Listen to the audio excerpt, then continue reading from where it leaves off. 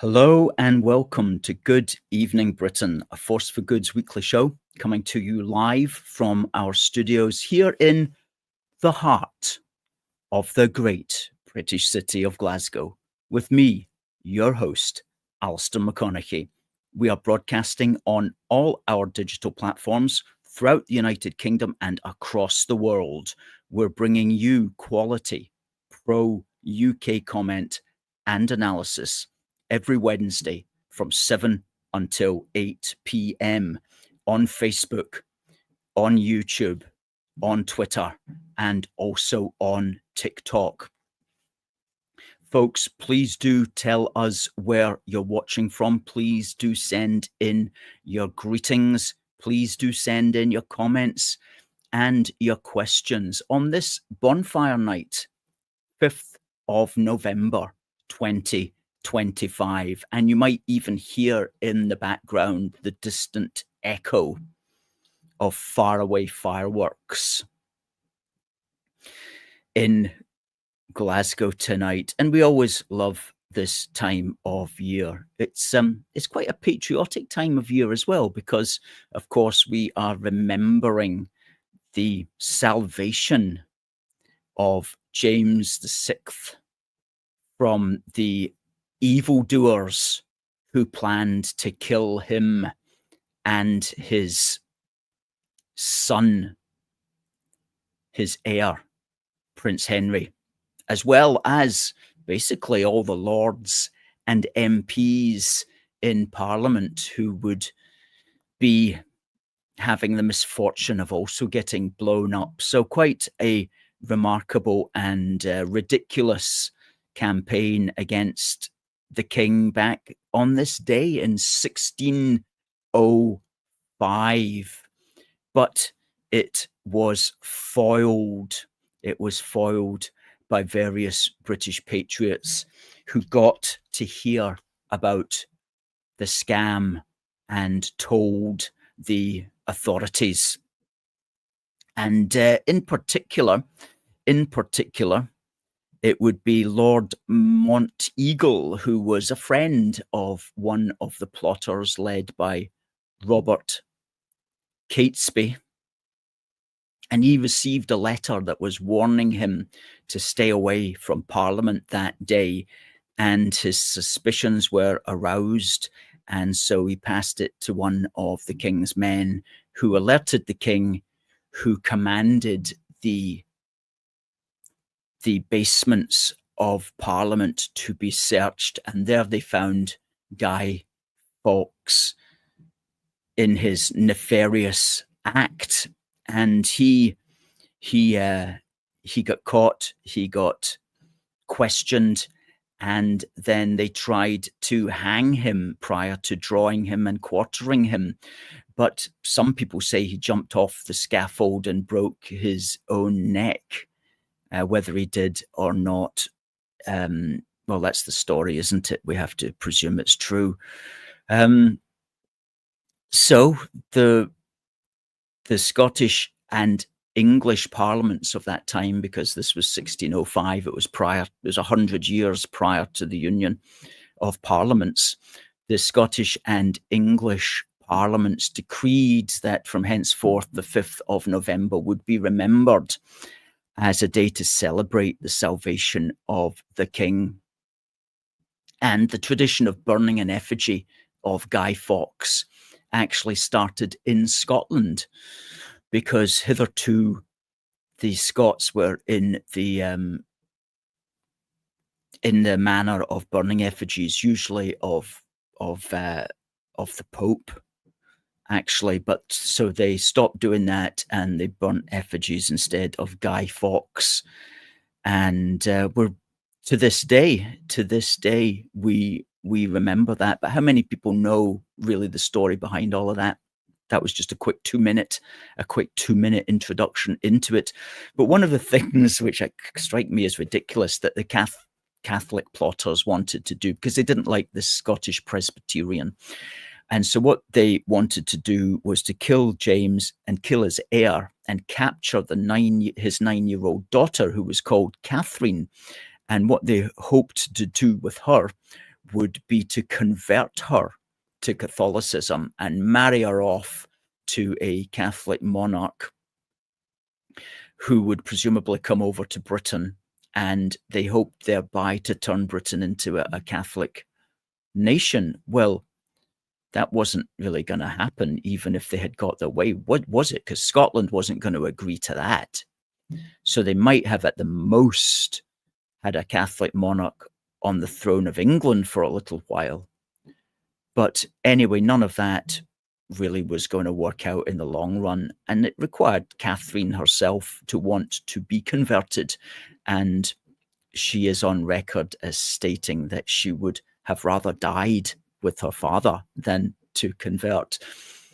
So an interesting period of time. And I have a Ladybird book on it, but I would not recommend you reading the Ladybird book because it's written by somebody who's clearly not a Scottish Presbyterian and does not like James at all, and gives him a very bad rep. And I should imagine it's probably because of some subtle religious differences there. But don't read the Ladybird book about Guy Fawkes. Well, if you do read it, leave out the anti-James bits that are unnecessarily put in there. I wish I had it to hand, but I don't. Anyway, let's say hello to one or two people who have just come in tonight. Derek's first in. He says, "Good evening, everyone. Welcome back. Yes, we were off last week, got some work done. More about that later. Labour putting taxes up again, higher up than even the rest of the UK. Goodness help Scotland if independence did happen, as Scotland would be in trouble," says Derek. Good evening to Debbie. Hope everyone is doing okay. Hope you're doing okay yourself, Debbie. Hi to Oksana. And to Nicola Stubborn. And to Alan Dawes. And to Gary, who says, "Don't let them cancel our history." Well, that's right. And some people do want to. Some people in Scotland want, and the SNP basically, if they could, they would ban Bonfire Night because, as I just alluded to there, they don't quite like the history of it.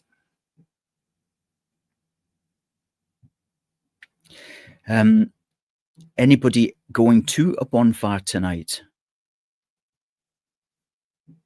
Stephen says he thought the plotters wanted to put Elizabeth on the throne. Did I call his daughter by the wrong name? I said Catherine. Was it Elizabeth that I meant? Let me see. Just checking on my notes here on my idiot sheet. Yes, it was Elizabeth. I'm sorry, I said Catherine. Thank you for correcting me. Hi to Catherine and to Gary, who says leaving one political union such as the UK and joining the EU isn't independence. It certainly is not, and that's a major reason. That's a major reason why the SNP are simply not going to be elected. I mean, they're absolutely hopeless on everything. I mean, I was reminded again this week, but I've never had a chance actually to pull out this particular article. Shipbuilder in welder shortage forced to hire Filipinos. Now, this was back in October. This is a Daily Express on October the 23rd, but I was reminded of it again because it was mentioned in the Daily Mail yesterday. That Babcock, which has a shipbuilding base in Rosyth in Fife, and has won a number of major UK government contracts in recent years, was, if you can believe this, quote, forced to hire 300 Filipino welders because there are not enough in Scotland. That's an astonishingly bad fact, that our industry is so badly managed and the apprenticeship schemes are so badly managed that you've got to import welders from the Philippines. 300 of them? Extraordinary. It says here that Babcock has a 10-year contract to provide future dry docking for maintenance and repair of the aircraft carriers. But it says here, a major drop in apprenticeships in Scotland and a cut in spending on colleges has led to challenges hiring skilled workers. Babcock decided they had to look abroad to keep its work on track. Unbelievable. In 2023, the number of apprenticeship starts by 16 to 24-year-olds fell by more than 5,800, a drop of 28% since 2015-16. Scottish ministers, SNP numpties basically, also refused to back a welding centre on the Clyde due to its historic position, due to the SNP's historic position of blocking investment in armaments. However, the UK government stepped in to fund that one. So basically, you do have an executive here that's running Scotland that is openly compromising apprenticeships, industrial apprenticeships in Scotland, if it's for military engineering. Babcock is also building 5 Type 31 frigates for the Royal Navy at this Rosyth shipyard. So that's long-term work, it says here. The pipeline of work ahead at Rosyth for the next 15 years. Well, I would like to think that if we can get an executive change in 2026, then we'll get an executive into Holyrood, which will help to fund apprenticeships, like welding apprenticeships for the next 15 years. Okay, this is long-term work. But this is what we are up against. Absolutely what we're up against. Absolutely appalling. Scotland, where used to be the shipyard center of the world, and now we have to import Filipinos to weld. Utterly appalling, terrible statement about where we have got to as a country under these useless people who have been running the country down since they got elected in 2007. Let's hope that in 2026 we can have a change.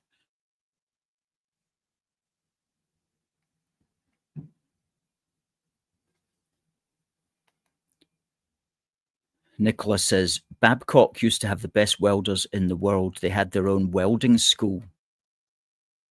Lack of work here chased the skilled guys away.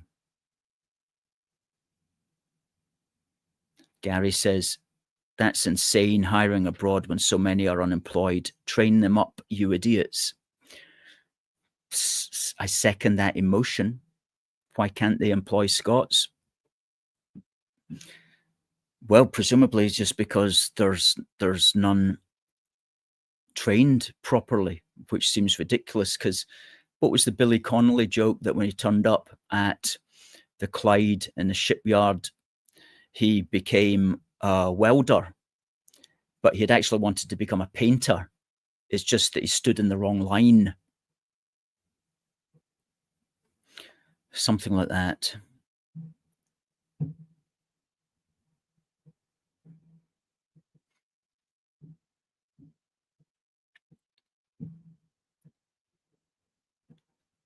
Catherine says, fireworks outside the kitchen window and steps. Oh, well.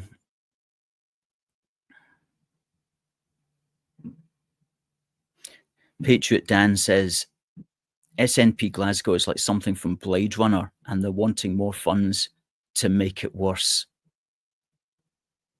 That's right. They totally are.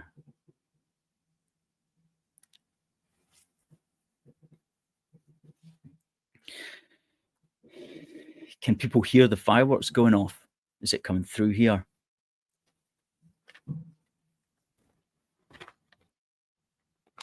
Let's talk. This is Remembrance Week, in the sense that Sunday is Remembrance Sunday. That with the 9th, and then Remembrance Day itself will be Tuesday the 11th. And the words behind me, they say, lest we forget. So I'd like to just spend a few moments talking around this issue. And in that regard, I want to just flash up a really good article here. These values make us British. All on our islands must embrace them.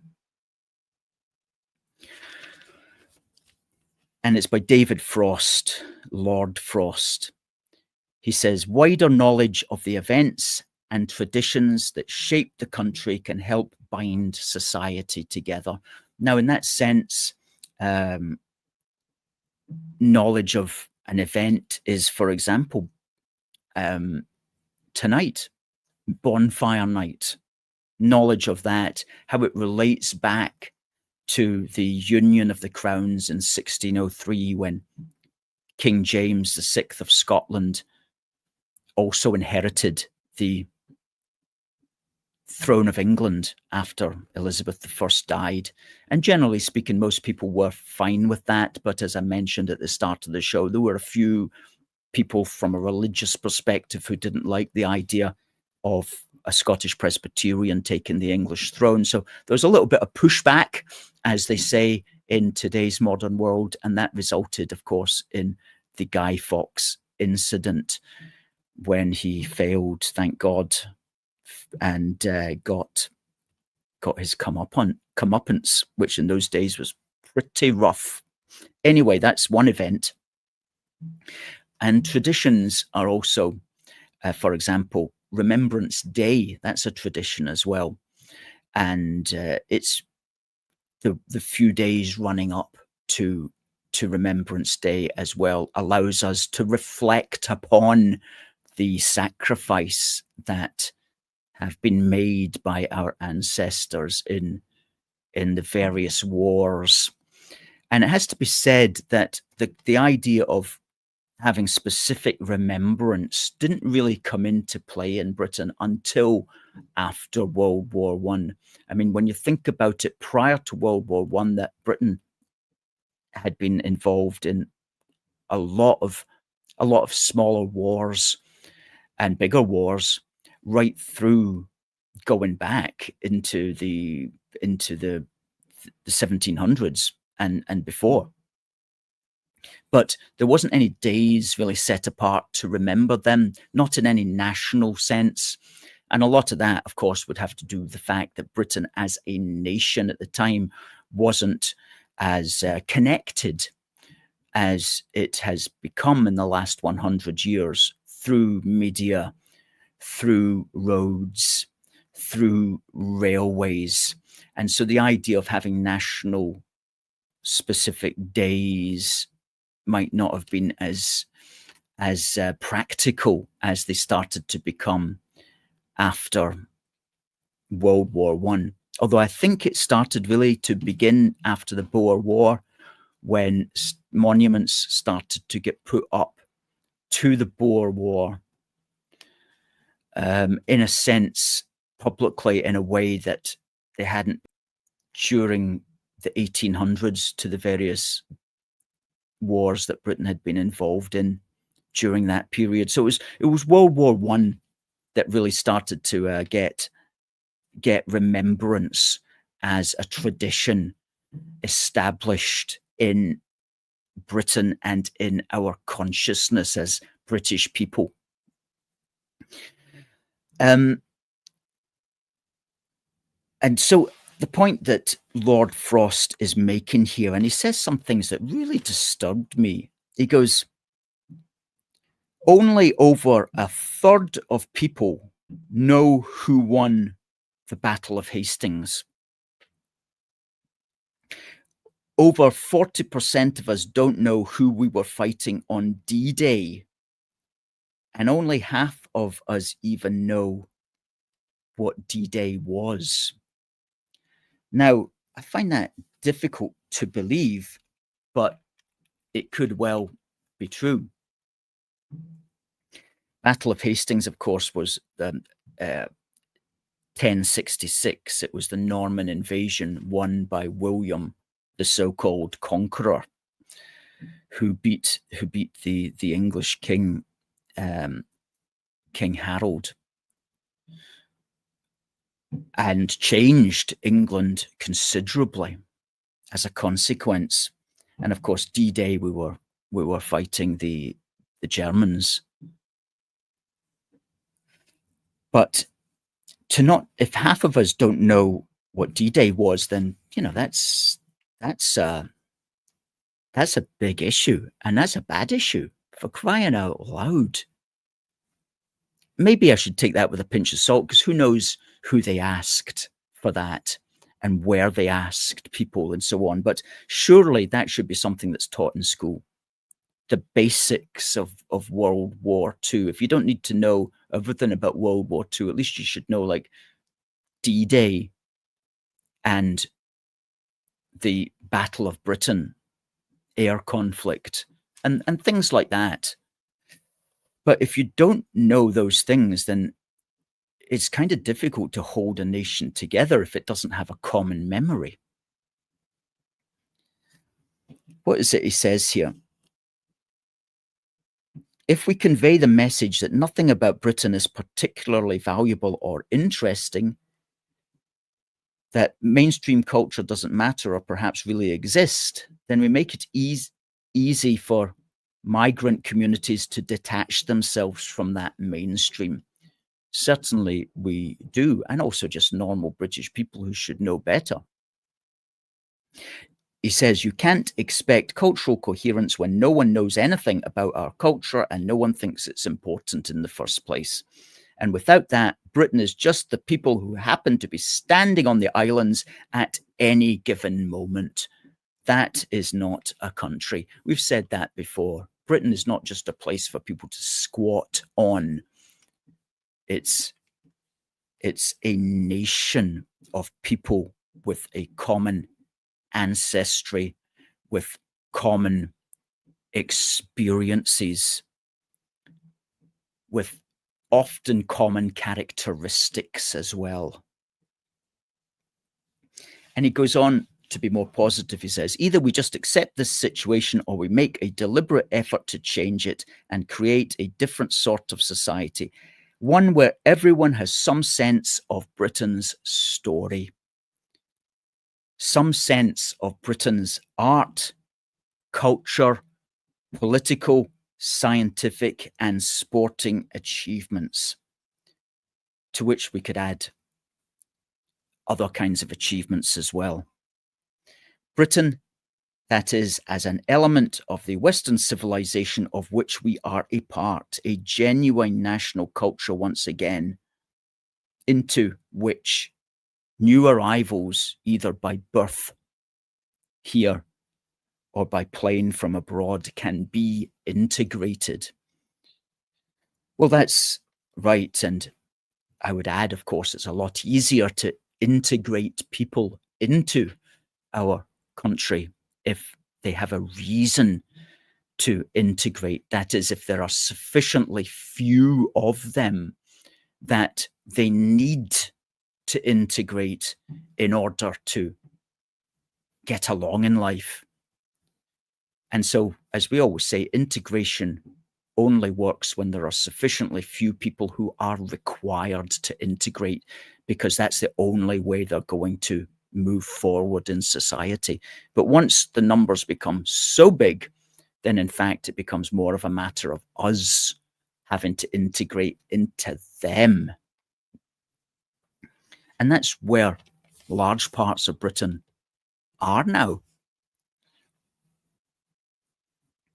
So basically, to cut a long article short, and we'll put this up probably tomorrow on our Facebook page, he says that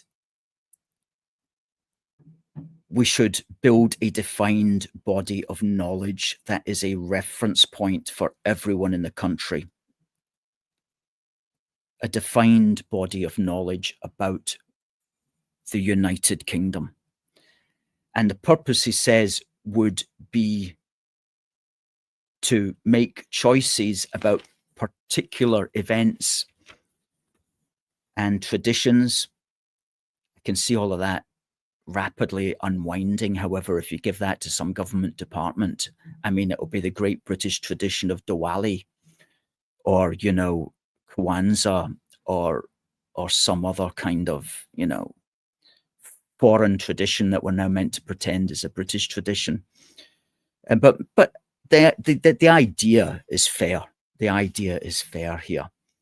And second, we need to teach it, and in certain contexts require it. He's talking about in schools and in the national curriculum. Well, yes, absolutely. All for that. And I was thinking, you know, this is really what we at A Force for Good are already doing, if I may say, and if I may be so bold, because every day we try to find one or two things about the British past, going right back, which is a relevant event or has started some kind of relevant tradition, or is simply just interesting in some way, enabling people to better understand the things that have gone before. And so we're in the business of doing that literally every day. Our purpose is to tell the British story, and we do it on Facebook posts, Instagram posts, X posts, and often carrying over into video for TikTok and YouTube. And we've been doing that since we really started to promote ourselves online, which would be 2016. And we have built up a defined body of knowledge on that. And our purpose is to educate, and it's to inspire, and it's to encourage people to see the value of the United Kingdom, the value of our identity, of being British, and the value of Scotland as part of the United Kingdom, and also, of course, the value of all the other parts being part of the greater. Because if we don't have a British story, if we don't have a British narrative or stories, then we don't have a nation. And so we're aiming to weave together the connections that bind, weaving together the ties that bind, to try to tell a fuller and more richer story of our islands and of who we are. And so maybe the government could contact us and say, Alistair, we would like to know more about this. But in the past fortnight, we took a time off from doing the program last Wednesday, and we're planning out a book for next year. And our book for next year is going to be based on this. It's going to be based on this. I'm not going to give away too much at the moment, but it's going to be developing that body of defined knowledge from a particularly unionist perspective. It's going to be a cracker. There's nothing that I know out there like it. And it's going to be another fine piece of work. And it will be volume 3 of a big book for the Union to complement volumes 1 and volumes to One Big Country being the first one, which was about the union and how the union is held together and how the union can be broken. And of course, Protect Our Country is very much the message at the moment about how to protect our country from the danger, the absolute danger of open borders. And you can get either of these books by just going on to Amazon and either searching for Protect Our Country or One Big Country. And it will really help to ensure that our work in these matters can continue.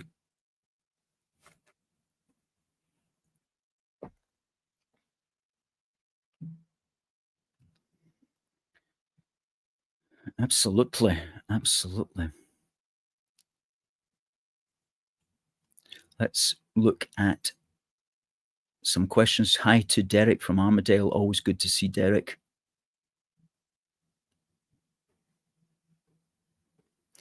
Oksana says, British history should be taught in schools. Even language students learn about the culture and history of the language they study.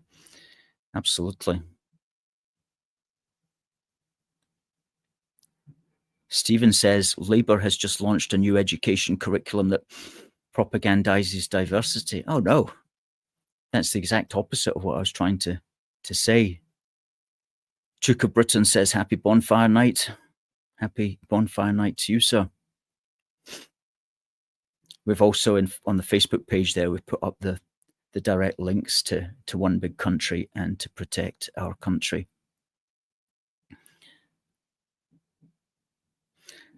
Indeed, indeed. Now,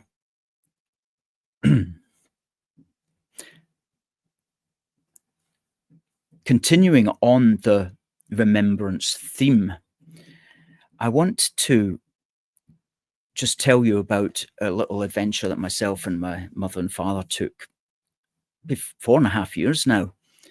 My parental grandparents are from the Doon Valley, which is East Ayrshire. My maternal grandparents are from more North Ayrshire. So one or two of my ancestors are buried in Patna and in Ayr and so on. And we took a trek up to see a very remote war memorial. And this is the war memorial. There it is there. It's called the Benwhat, Benwhat War Memorial. And that's located in this area of the country. There it is, that red bit there, just outside Dalmellington, up on a hill. And you can see Benwhat. You can see that from the road that runs between Castle Douglas and Ayr, the A713. And it's just a very distant speck from the road. But we decided to go up and have a close look at it, and very glad that we did. Now, Benwhat was a pit village, which is no longer there. And what's remarkable here is that this little pit village sent their sons off to fight in 1914. And it says there, Benwhat, 1921, erected by the people of this village with pride and affection to the memory of their gallant sons, who laid down their lives for their king and country in the Great War, 1914 to 1919. And you see that on quite a few war memorials. They add in an extra year. And I wonder if that's because maybe a man died as a consequence of injuries after the end of the war, which was, of course, 11th of November, 1918. Greater love hath no man than this, it says there. I'll just take the pictures off for a moment. And it's really quite remarkable, because when you think about it, these men in that village would have very, a really hard life, and they wouldn't even have the vote. Very possibly they wouldn't have the vote. Now, the vote for all men wasn't until the Representation of the People Act in 1918. It had been, however, extended, and many miners did have the vote. In fact, miners had the vote more than normal working class people, because the vote depended upon the rateable value of the premises that they lived in. And quite a few miners would live in miners' cottages. And so I was looking into this, and in England, there's about 70 in England and Wales. Wales had the highest rate of miners voting by the onset of 1914. 75% of miners lived and paid rent to a sufficiently high level that they got the vote as a consequence of that. In Scotland, the cottages tended to be smaller, and fewer miners paid sufficient amount, and it was about 50% of miners in Scotland had the vote. So whether any of these men who sacrificed even had the vote is questionable. And so they weren't doing it for some notion of saving democracy or something like that. They were doing it as it actually says there on that picture. Let's put that same one up again. They were doing it simply for king and country. Pride and affection to the memory of their gallant sons who laid down their lives for their king and country. And they were doing it out of a sense of duty, a duty to what they saw as their king and country, and also their fellows throughout the country. And there we see there's 12 names on this memorial from the men of this tiny little village out there in the remote hills of the Doon Valley. And you'll see there's 2 Nevilles, 2 Parkers, and 2 Wilsons. Well, who were they? Were they brothers, husbands, father and son? Who knows? But it's probably 3 families there who have been directly impacted. Okay. And there's the other names, the other 6 names from World War I. Somebody there in the Seaforth Highlanders, the others in the Royal Scots Fusiliers. Okay, and it didn't stop, because by the time of the Second War, there was 3 men who died, 2 in the Gordon Highlanders and 1 had joined the Black Watch.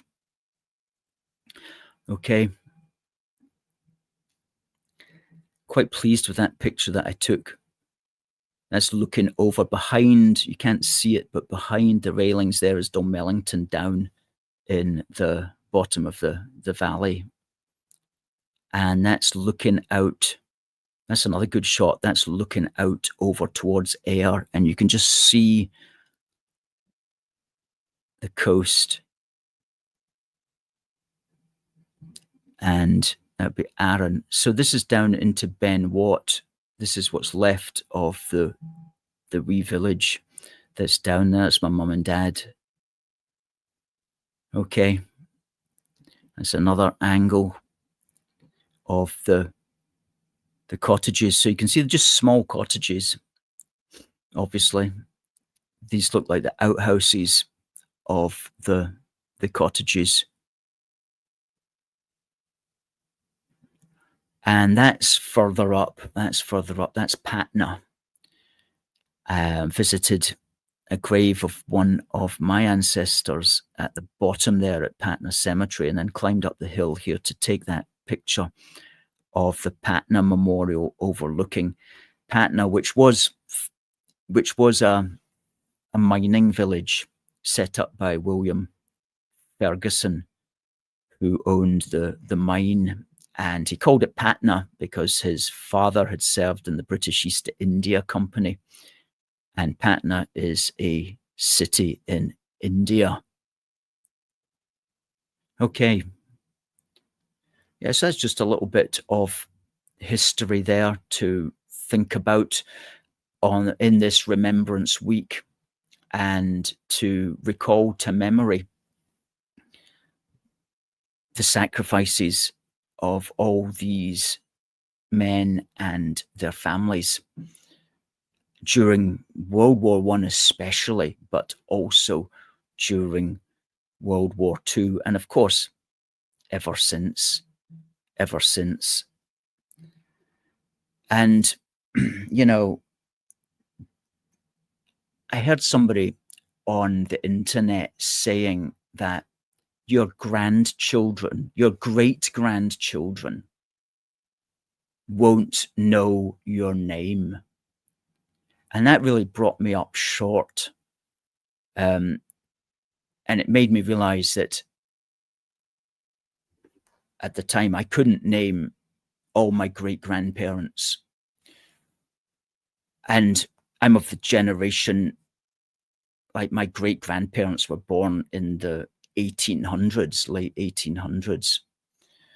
So that's going quite back. I can understand some people, some like young people today might have great-grandparents born in the 50s or 60s, but like my great-grandparents were born 2 centuries ago.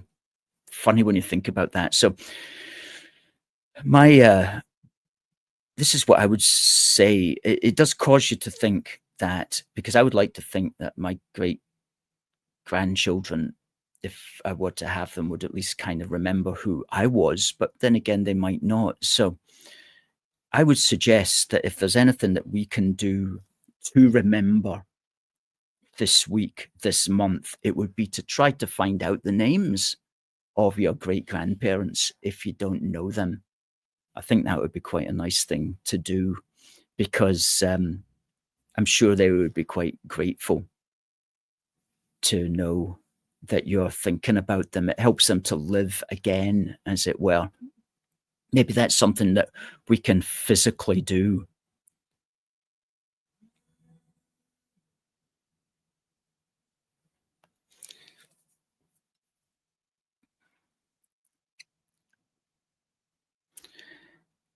Okay.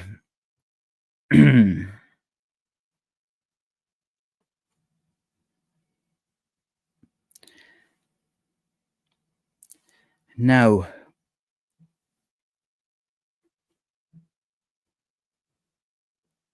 I am noticing that somebody said there, I hope that that has not been too problematic,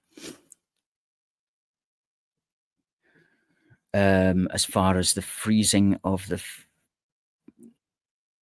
the sound. I'm being told the sound, I'm getting that clear message. I'm sorry about that. There's not a whole lot I can do about that at the moment, but we're going to carry on. We're going to carry on. But thanks for bringing that to my attention.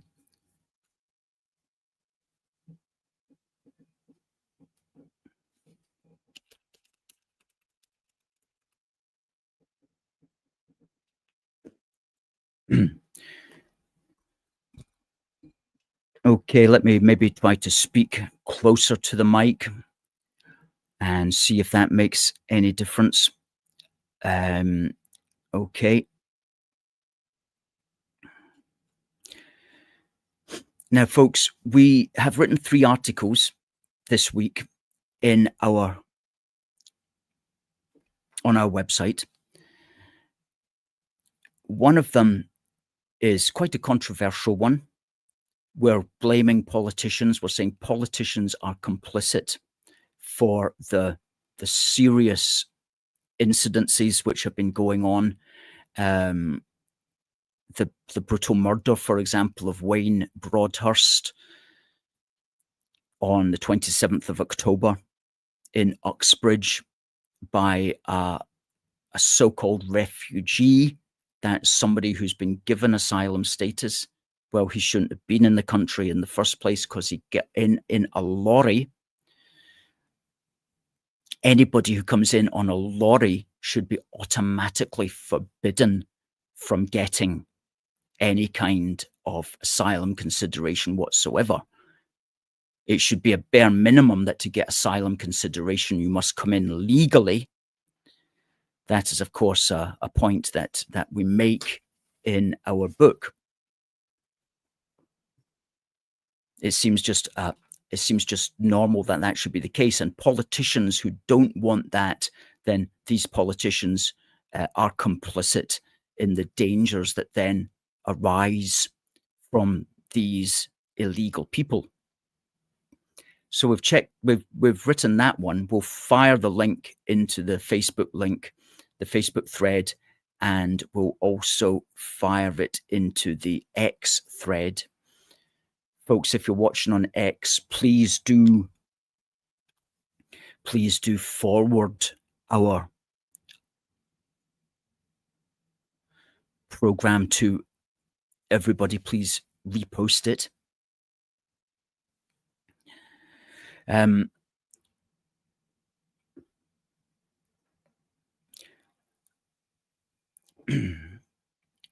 We also wrote about identity as well, British identity, what it means, 10 reasons why it's a good thing to be British, and also the importance of being able to say that you're Scottish and British. Okay, so these are new articles that we've fired up on our website. Please do check them out. We do find that we can sometimes, when we're in the zone, we can write quite a lot, I'm glad to say. And we're in a position to be able to say things that maybe other people can't say. And so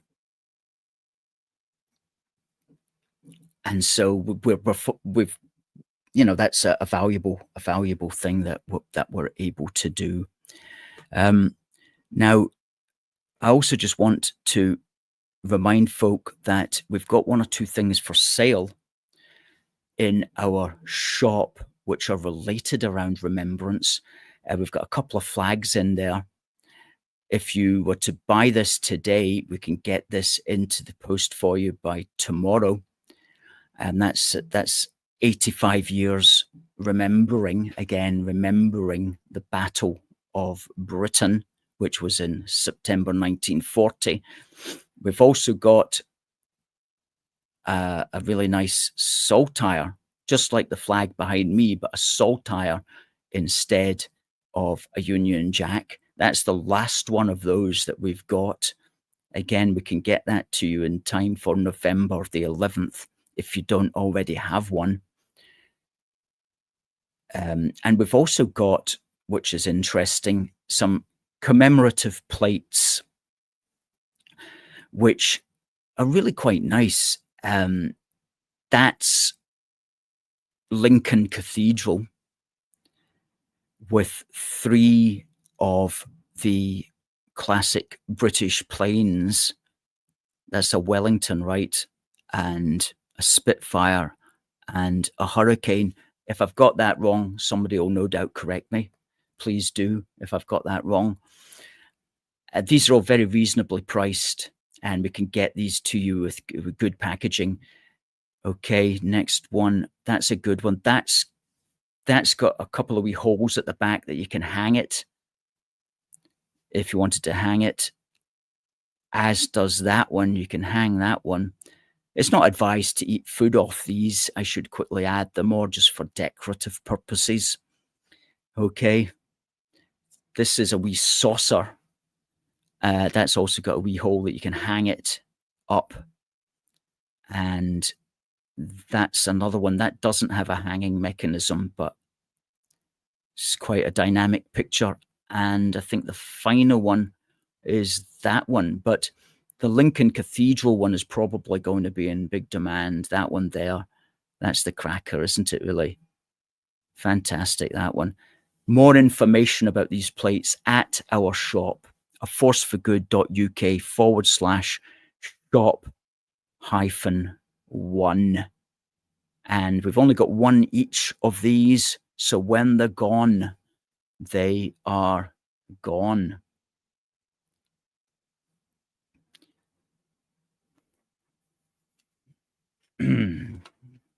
Okay. Now, let's... Oh, keep the shop thing up there. Another remembrance item is this wee... Well, not wee, it's an A5 greetings card. Is your home here? Defend it. That's a World War I recruiting poster. And the words down here are written out in full on the back. And it's empty for your own message. So you could even use that as a Christmas card. Very unusual Christmas card, I might add. But certainly birthday cards, greetings, thank yous, whatever you want to do. That's a really nice and unusual item. We sell them in packs of 4 or 5, I think it is.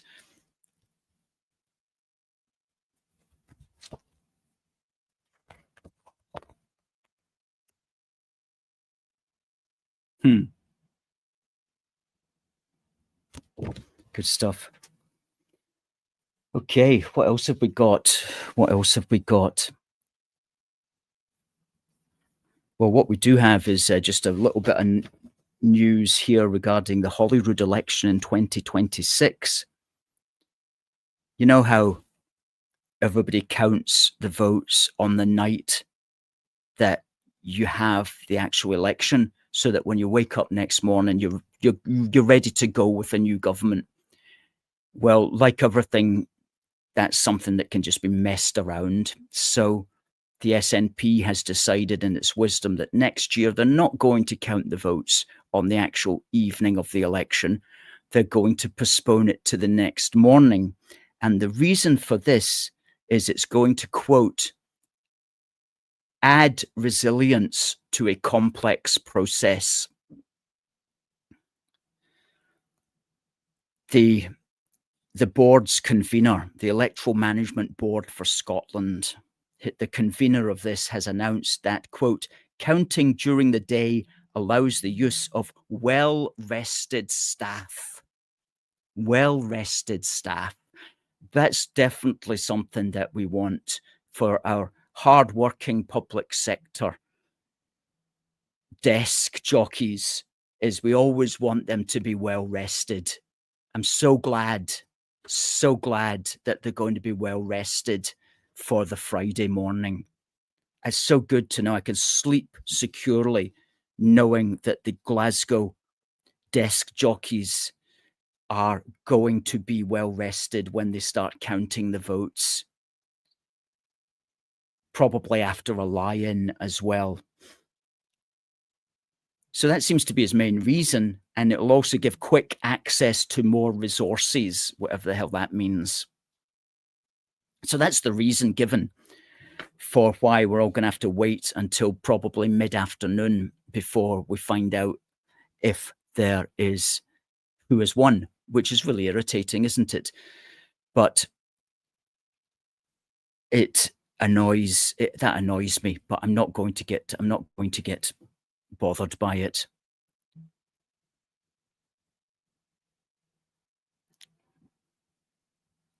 Now, in the final 5 minutes, I do want to just give a shout out to a man who's done some excellent work, and that is Rupert Lowe.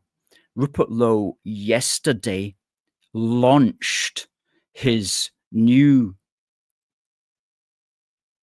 book, or rather manual, on, quote, mass deportations. And let me just bring it up for you.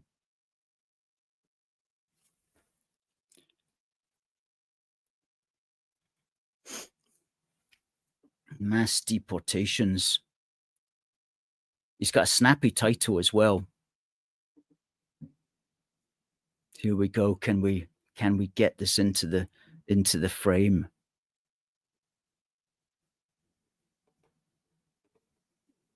How's that?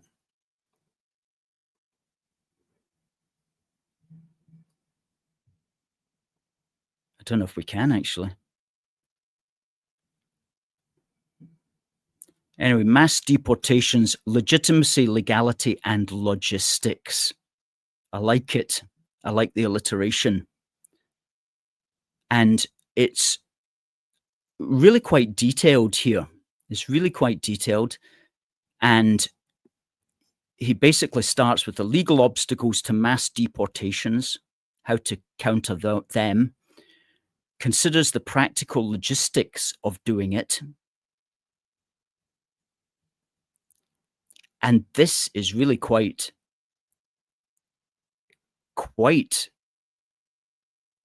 involved. And then considers what to do with involuntary returns, people who don't want to go back. So that's really good. What we'll do is we'll put the link to that into the Facebook and onto the X thread as well. And you can get that as a PDF. I don't know if you can get the hard copy. I haven't been able to find out yet, but it's all there. And, you know, I like to think that with our book, Protect Our Country, we kind of knocked down the first domino. And then others have been doing their work at the same time and have added to that. And together, everybody is just promoting and researching and producing really good stuff. And so well done to Rupert Lowe. He's done it under his Advance UK think tank. And it appears to have been co-written by a fellow called Harrison Pitt, who many of you will have seen on YouTube, who's very solid, seems a very based individual. And well done to the pair of them for really putting that out. So it's it's one of these things like the policies in here, and just like the policies in Rupert Lowe's document, they can just be used by anybody. Any political party can just adopt that as a policy. So it's all been written out and it's all ready to go. And very, very important stuff. So well done to Rupert Lowe. Shout out to him there.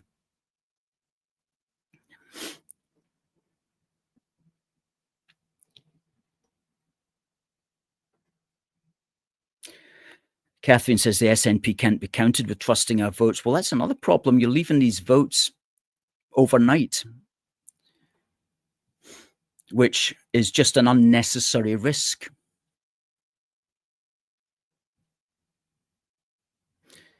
Folks, it's the top of the hour. Thanks to all our supporters for joining us this evening.